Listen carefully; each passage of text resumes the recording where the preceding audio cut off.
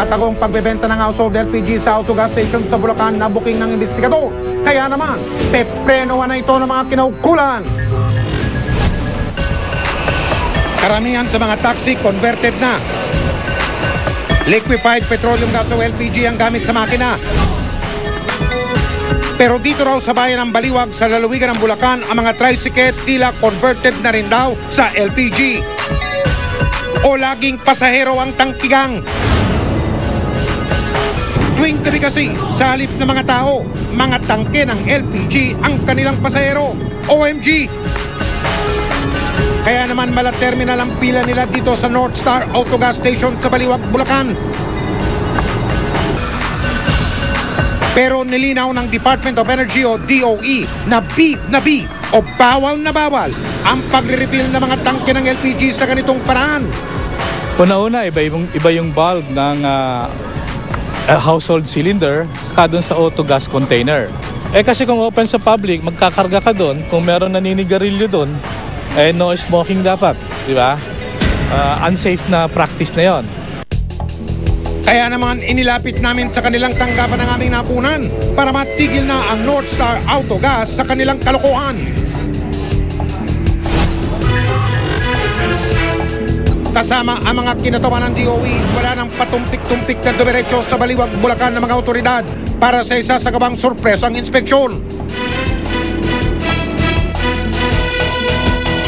Pagdating sa target area, minanmanan muna namin ang naturang gasolinahan. Pero nakapagtatakang wala ni isang tricycle ng araw na yon.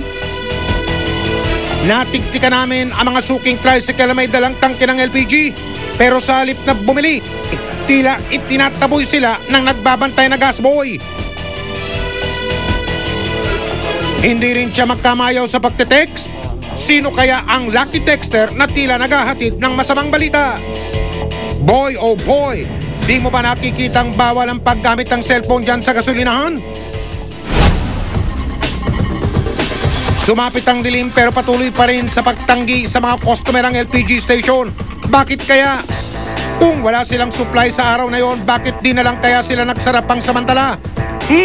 Nakakaduda talaga. Nang sumunod na araw, muli kaming nagmanman sa lugar. Pero ganun pa rin ang sistema.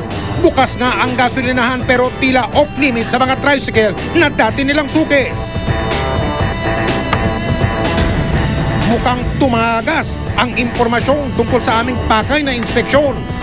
Dahil sa biglaang paglalaylo ng North Star Autogas, kinuna namin ang pahayag ang tauhan ng gas station.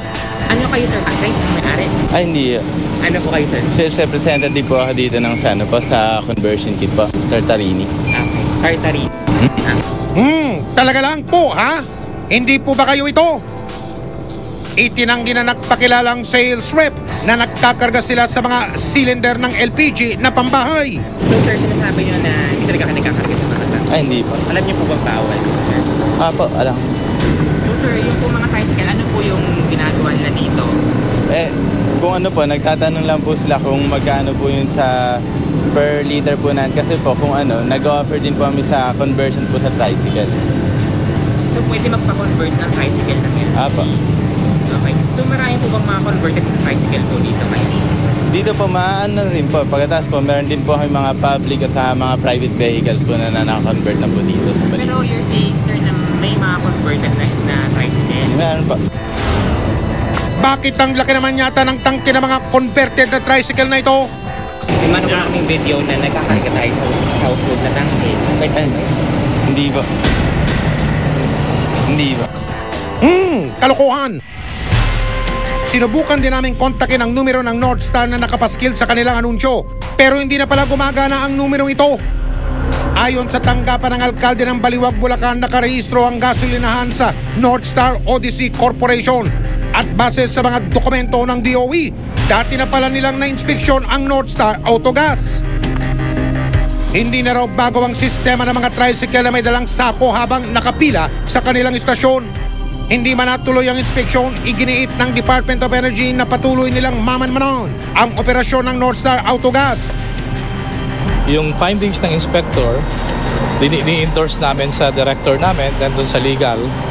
Tapos yung legal namin, susulatan yung violator Ngayon, on the third time na nila, iba na yon. We can recommend the closure of the establishment. Aasahan po namin yan, ha? Ilang ulit na rin naming pinaalalahanan ang publiko laban sa hindi wastong pagre-refill ng mga tangke ng LPG at pagbili ng mga ito.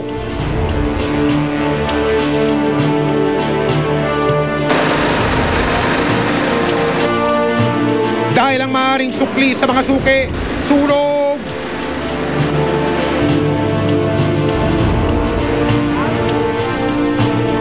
Kaya kung tutusin ang matitipid na barya-barya,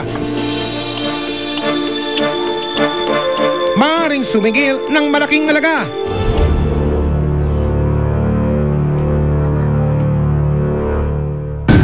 Susunod, mga imprenta ng peking dokumento mabubuko